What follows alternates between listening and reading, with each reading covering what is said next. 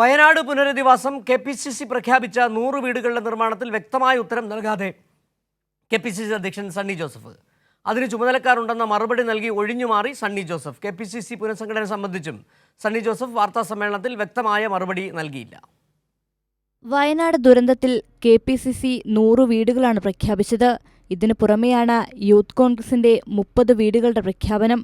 രണ്ടിലും പണപ്പിരിവ് നടത്തി. പക്ഷേ പ്രഖ്യാപനം നടപ്പിലായില്ല. പണപ്പിരിവിൽ ക്രമക്കേട് നടന്നു എന്ന ആരോപണവും ശക്തമാണ്. ഇതിലാണ് വ്യക്തമായ മറുപടി നൽകാതെ KPCC അധ്യക്ഷൻ സണ്ണി ജോസഫും ഒഴിഞ്ഞുമാറുന്നത്. ഒരു കാര്യം കൂടി, ഈ വയനാട് പുനരധിവാസവുമായി ബന്ധപ്പെട്ട് ഒരു ഫണ്ട് പ്രഖ്യാപിച്ചു, ഒരു പദ്ധതി വീടുകൾ പ്രഖ്യാപിച്ചു. 100 വീടാണ്, അതിലാണ് യൂത്ത് കോൺഗ്രസ് കൂടി ചേരുന്നത്. ഭൂമി ഏറ്റെടുത്തത് എന്നാണ് ഈ പണി അത് കൈകാര്യം ചെയ്ത് വേറെ ആൾക്കാർ അത് എല്ലാവരും വിമർശനമുണ്ട്. അതിന്റെ നടപടികൾ മുന്നോട്ട് പോകും. അതിന്റെ നടപടികൾ ശക്തമായിട്ടുണ്ട്. അതേസമയം KPCC DCC പുനഃസംഘടന സംബന്ധിച്ചും ആശയക്കുഴപ്പം തുടരുകയാണ്.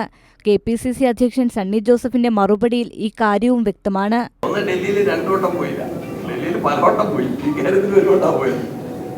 ഇത് ഞങ്ങൾ ചർച്ച തുടരുകയാണ്.